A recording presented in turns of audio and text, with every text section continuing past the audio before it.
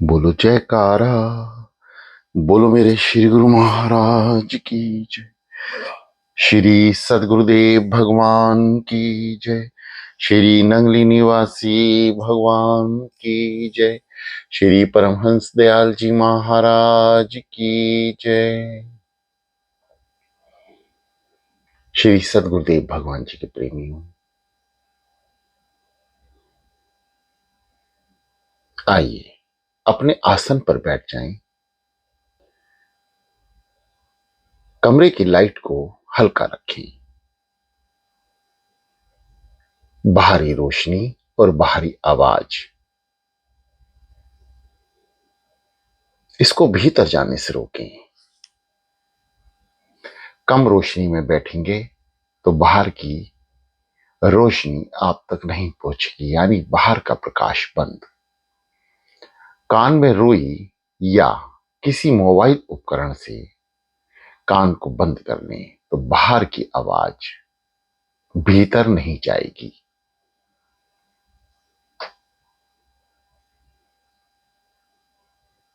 अपने आसन पर बैठ जाएं, दोनों हाथ ज्ञान मुद्रा में, आंखें कोमलता से बंद, रीढ़ और गर्दन सीधी। समस्त विधियां आपको पहले से ही बताई जा चुकी हैं, कृपया अनुसरण करें। जो विधि से आप ध्यान स्थित हो सकते हैं उस विधि का अनुसरण करें, चाहे वे मानसिक चिंतन हो, ओम का जाप, सोहम का जाप या और विधियां जो आपको भी आती हैं या आपने संत महापुरुषों से सुनी है, अनुभव किया है, उन्हीं विधियों का अनुसरण करें। मकसद केवल इतना है कि शरीर स्थिर हो जाए और मन एकाग्रचित हो जाए।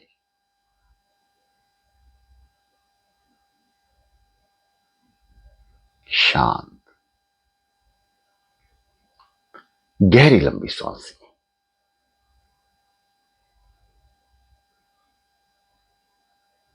नाभि चक्र को दबाते हुए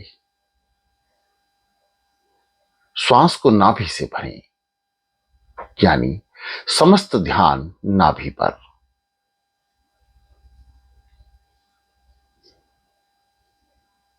कुछ पल रुकें। धीरे धीरे हृदय द्वार, कंठ द्वार से होते हुए आज्ञा चक्र तक श्वासों को लेकर जाएं। कुछ पल रुकें। श्वासों को बाहर की ओर जाने दें। श्वासों की क्रियाओं के साथ आंखों की क्रियाएं भी जारी रखें। श्वास भरते समय नासिका के अग्रभागों को देखें। आज्ञा चक्र पर श्वास को ले जाते समय आंखों की पुतलियों को आज्ञा चक्र पर रोक लें। इस विधि का अनुसरण करते रहें। कुछ समय बाद, कुछ काल बाद समस्त आदतें आंख को, मन को लग जाएंगी। मन को जैसे ढालोगे ढल जाएगा, परंतु प्रयास निरंतर करना होगा। एक दिन भी बीच में नागा ना हो। जैसे ध्यान में हम बैठते हैं तो एक भी दिन ऐसा ना जाए कि मन को आजादी मिल जाए। एक निश्चित समय पर बैठें। शरीर, मन एकाग्रचित तभी होगा जब एक निश्चित समय पर हम साधना स्थित होंगे।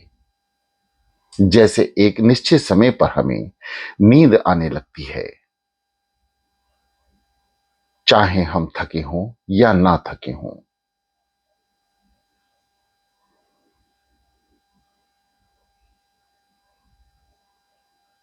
गर्दन को सीधा रखें। गहरी लंबी श्वास भरते हुए ब्रह्मांड की समस्त शक्तियां भीतर प्रवेश कर रही हैं और समस्त विकार बाहर आ रहे हैं। अब श्वासों पर नाम का सिमरण यानी नाम सवार करें। ओम। प्रथम ओ।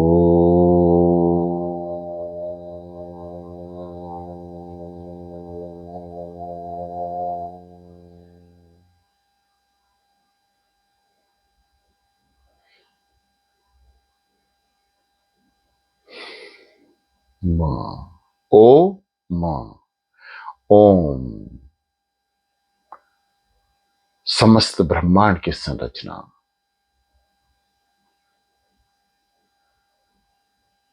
समस्त ब्रह्मांड का नियमित रूप से चलना, जागृत रहना केवल एक की शक्ति द्वारा हो रहा है और वह है ओम। उसे महामंत्र का ध्यान त्रिलोकीनाथ का भीतर से करना है। जिस भी रूप में आप उन्हें जानते हैं, देखते हैं, पहचानते हैं, बाहरी दृष्टि से जैसे उनके दर्शन किए हैं, ठीक वैसे ही भीतर दर्शन। ओ।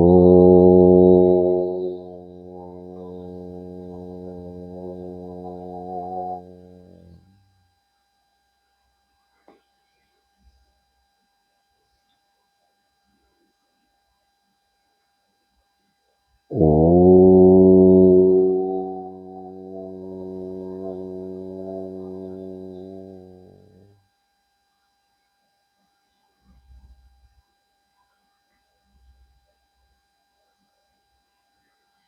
शांत चित मन, स्थिर शरीर। प्रिय साधकों, ये दास श्री सतगुरुदेव भगवान जी की कृपा से आपके समक्ष आपकी सेवा में है। 30 मिनट का समय इस दास के लिए निर्धारित है। कुछ मिनट ऊपर या नीचे सदगुरुदेव भगवान जी की कृपा से ये दास बोल रहा है और आप सुन रहे हैं।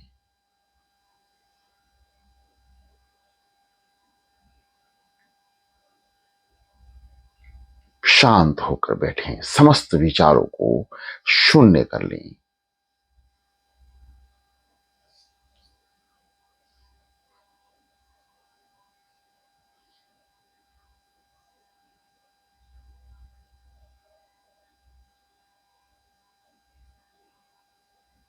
ध्यान साधना द्वारा मुक्ति प्राप्त होगी, ये विचार संभव है, परंतु इससे भी पहले मुक्ति प्राप्त होगी केवल और केवल कृपा से।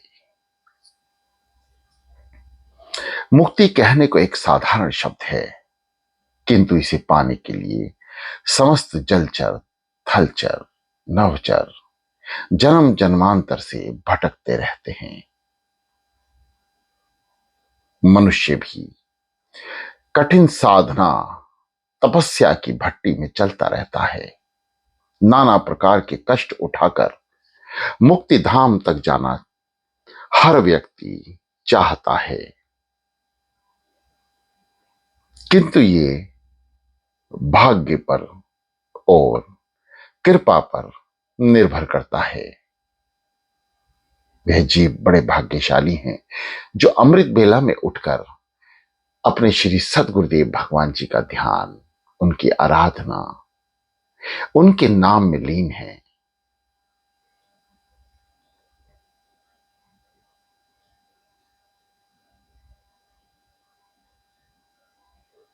केवल नाम सिमरण करके ये एक उत्तम कर्म है और कर्म से प्रसन्न होकर पता नहीं कब श्री सद्गुरुदेव भगवान कृपा करते और समस्त भक्तों का, प्रेमियों का आवागमन छूट जाए।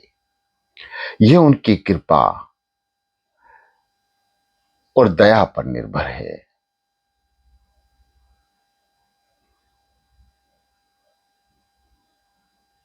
यदि सदगुरुदेव भगवान जी के दर्शन भीतर हो रहे हैं, तो यह भी एक प्रकार की मुक्ति ही हुई कि जो आसान नहीं है वह कार्य, वह सेवा मिल रही है।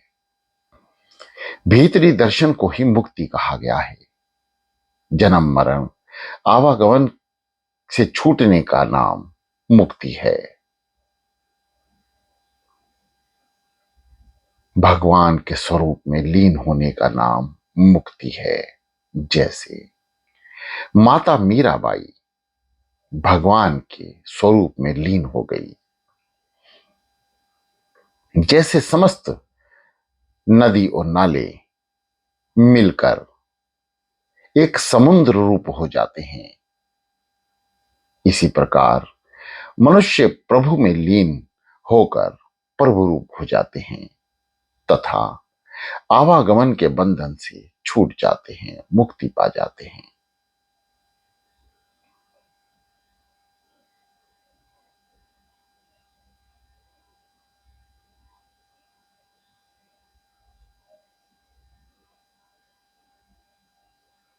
ओ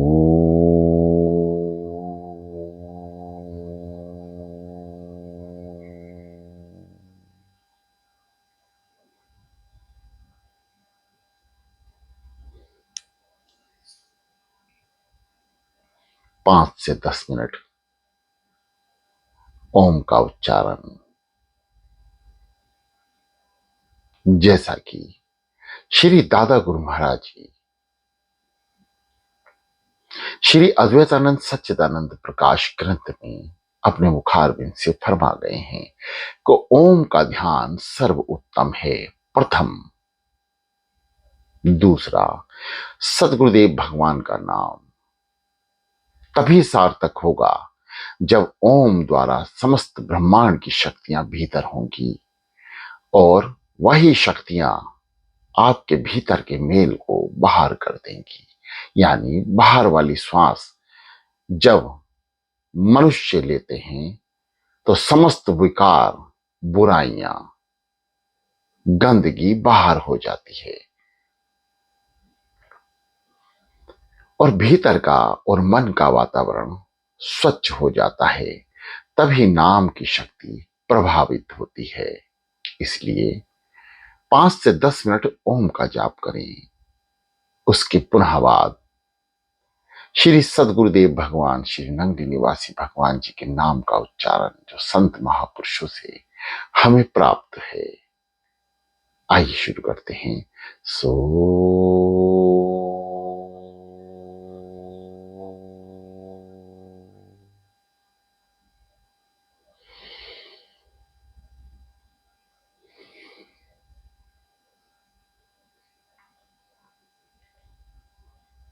सो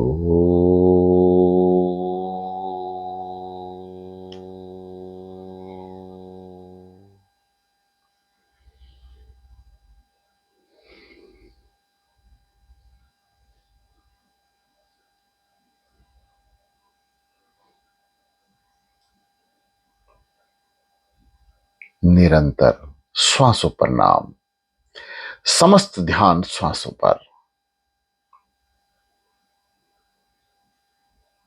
श्वास कैसे आ रही हैं, कैसे जा रही हैं, नाम का उच्चारण मन से।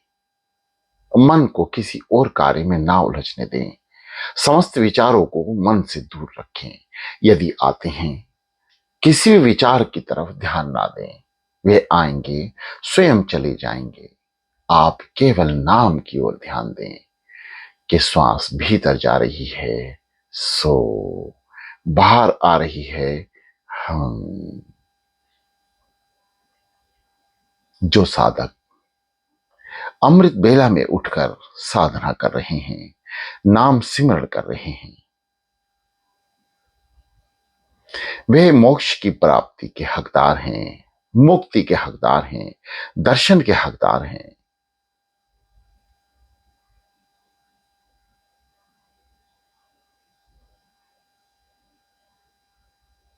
क्योंकि ये महाप्रभु का उत्तम समय है। जीव जब सतगुरुदेव भगवान महाप्रभु को याद करता है और वह उनका निज समय होता है, तो प्रभु अवश्य ध्यान देते हैं, उस आवाज को सुनना चाहते हैं जो भक्त लेना चाहता है, यानी नाम सिमरन।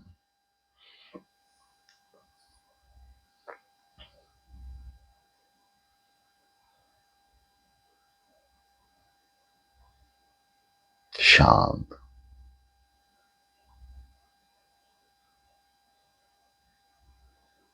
प्रिय साधकों, भगवान श्री कृष्ण के अवतार में अनेकों अनेक अवतारों ने अवतार लिया, जिसमें से एक हमारे श्री सदगुरुदेव भगवान श्री नगली निवासी भगवान जी, जिन्हें कृष्ण अवतार में माना गया है। वही मुकुटधारी त्रिलोकीनाथ महाप्रभु परम पिता श्री सदगुरुदेव भगवान श्री नगली निवासी भगवान जी। भगवान श्री कृष्ण ने मुक्ति के दो मार्ग बताए हैं, एक सांख्य योग, दूसरा कर्म योग। जो ज्ञानी हैं, ज्ञान रखते हैं, ग्रंथों को पढ़ते हैं, उनका अनुसरण करके भीतर समस्त ज्ञान को उत्पन्न कर लेते हैं, वे कर्म योगी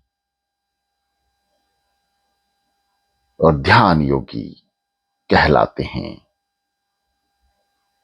सांख्य ज्ञान योग को ही कहा गया है। ध्यान में लीन होना, यानी ध्यान को ध्यान में तब्दील करना। आप जप तो रहे हैं प्रभु स्मरण नाम, और ध्यान कहां केंद्रित है? श्री चरणों में, श्री मुखारविंद के दर्शन। सांख्य ज्ञान।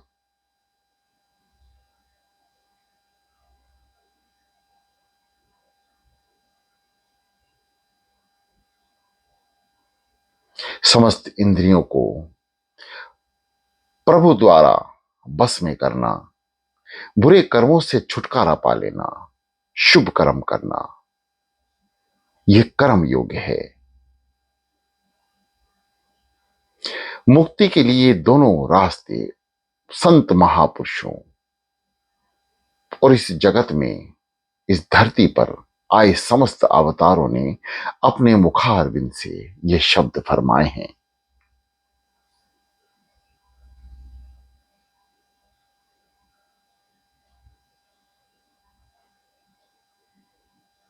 परंतु यदि हम विषय काम में लीन रहते हैं या बुरे आचरण में लीन रहते हैं, निंदा चुगली में नींद रहते हैं, ऐसे मनुष्य के जीवन में केवल कांटे ही कांटे हैं। जो सुख बाहर दिख रहा है, यह सच्चा सुख नहीं है, ये मिथ्या है, एक दिन खत्म हो जाएगा। ये मकान, कोठी, बंगले, गाड़ियां, प्रॉपर्टियां, अपार धन संपत्ति, सोना चांदी, हीरे जवाहरात, ऐश्वर्य के समस्त साधन एक दिन समाप्त होंगे। ये मिथ्या हैं।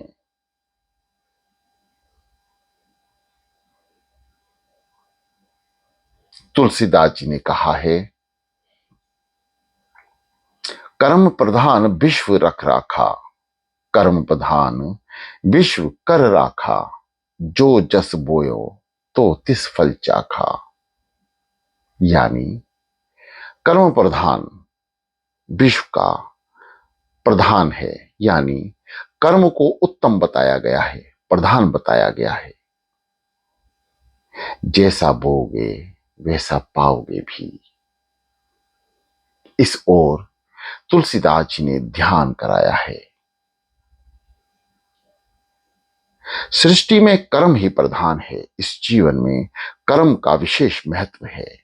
जैसा बोगे वैसा ही फल खाओगे।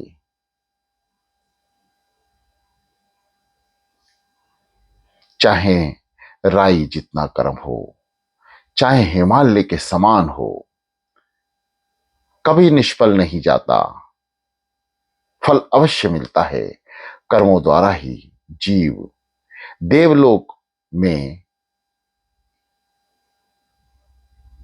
इंद्र, कुबेर, गांधर्व आदि बन सकता है, यानी समस्त देव देवताओं का पद प्राप्त कर सकता है। परंतु दुष्विचार कभी भी आगे नहीं बढ़ने देंगे और अध्यात्म रास्ते में केवल कांटे ही कांटे नजर आएंगे। मन का शुद्धिकरण ध्यान का प्रथम रास्ता है। इसलिए मन को शुद्ध रखें। समस्त क्रियाएं, समस्त कर्म भगवान पर छोड़ दें, अपने इष्ट देव भगवान श्री सदगुरुदेव भगवान पर छोड़ दें और एक ही प्रार्थना करें, तू जाने तेरा काम जाने। खुद दास बनकर उनके चरणों में पड़े रहें। कर्मों से छुटकारा पाने का यह सरल उपाय है कि हर एक एक कर्म सदगुरुदेव भगवान के अर्पण कर दें, चाहे वे अच्छा हो चाहे बुरा।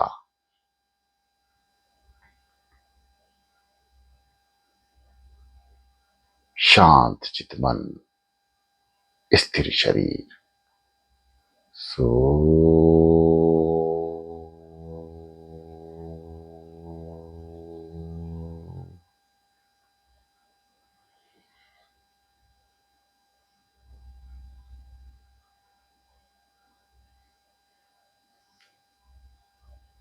सो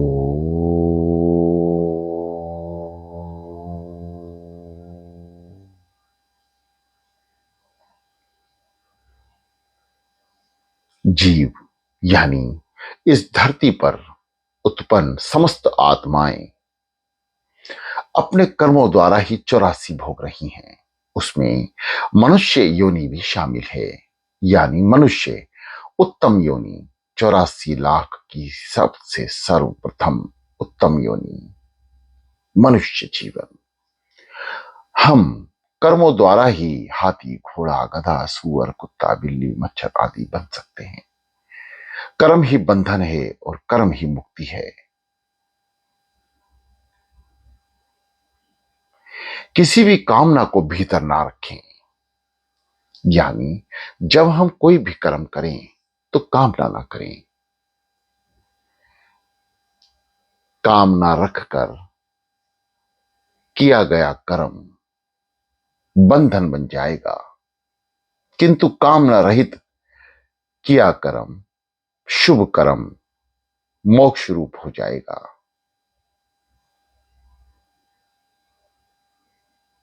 सांख्य योग और कर्म योग जो श्री भगवान श्री कृष्ण ने गीता में बताया है, आपस में इनका परस्पर संबंध है।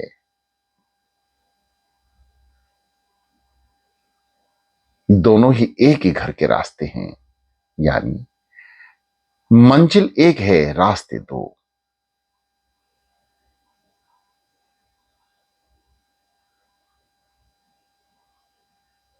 कहते हैं अंत समय में जो राम सुमरे वो राम का होए, यानी समस्त जीवन के अच्छे और बुरे कर्म करने के बाद यदि आखिरी श्वास पर प्रभु स्मरण आ जाए तो वे सीधा प्रभु लोक में पहुंच जाता है। समस्त बुरे कर्म करने के बाद भी। प्रिय साधकों, आपने ये सब सत्संग में सुना है, परंतु आखिरी श्वास पर प्रभु स्मरण कैसे होगा यदि समस्त जीवन पाप कर्मों में लिप्त होगा, काम क्रोध वासनाओं में लिप्त होगा। आखिरी श्वास पर कौन सा जीव ऐसा है जो प्रभु स्मरण करेगा? वही जीव प्रभु स्मरण आखिरी श्वास पे कर पाएगा जो अमृत बेला में उठकर शांत चित्त मन कर कर प्रभु स्मरण करता है, उसे याद करता है, अपनी नींद को उसके चरणों में अर्पण करता है, वही आखिरी श्वास पर प्रभु स्मरण कर सकता है। क्योंकि लगातार अभ्यास उसे स्मरण के लिए मजबूर कर देगा। क्योंकि मन जिस ओर लगता है अंत समय में भी उसी ओर चला जाता है, और फिर निर्धारित होते हैं हमारे जन्म।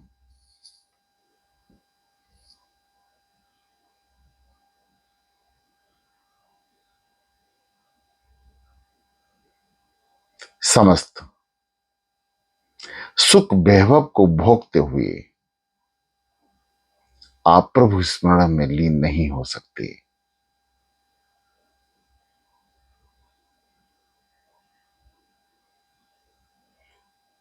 केवल अपने चारों तरफ स्वच्छ वातावरण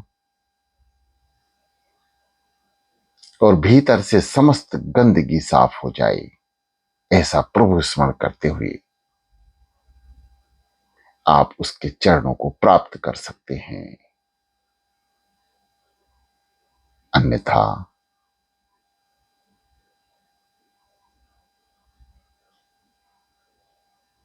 84 खुली है। यदि श्री सद्गुरुदेव भगवान जी का स्मरण नाम नहीं लिया तो अंत समय तुम्हारे पास ढेर सारी गंदगी होगी, गले में बलगम होगा, मल मूत्र वस्त्र सने होंगे,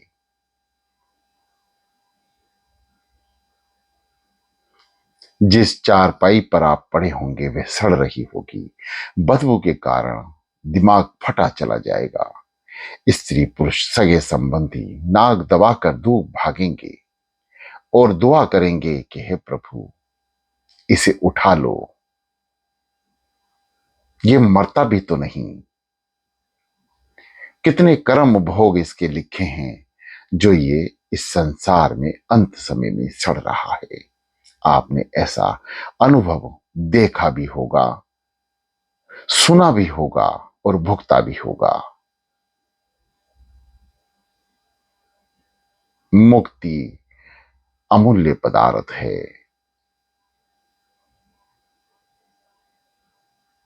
परंतु इस जीवन को, इस मनुष्य जीवन को हमने कौड़ियों में बेच दिया, कौड़ियों में लगा दिया, जबकि ये जीवन अनमोल था। कबीर जी कह गए हैं, ये जीवन तेरा अनमोल है, तूने कौड़ी बदली जाए, तूने कौड़ी में बदल दिया।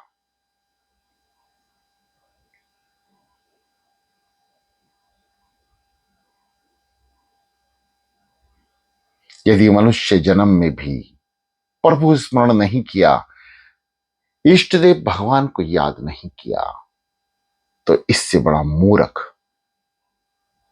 इस धरती पर कोई नहीं।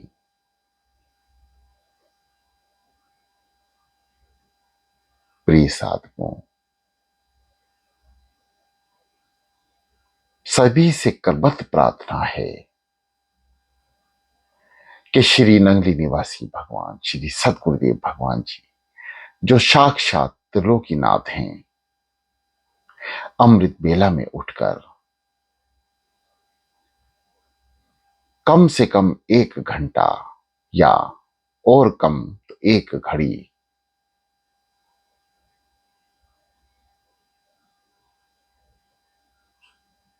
उस प्रभु का स्मरण करें, उसे याद करें। यही कर्म है, यही कर्म प्रधान है। दास श्री सद्गुरुदेव भगवान जी की कृपा से आपके समक्ष है, और अब सद्गुरुदेव भगवान जी की आज्ञा से दास वाणी को विराम देगा और आप लगातार साधना स्थित रहेंगे। समस्त विधियां आपको पहले बताई जा चुकी हैं। सो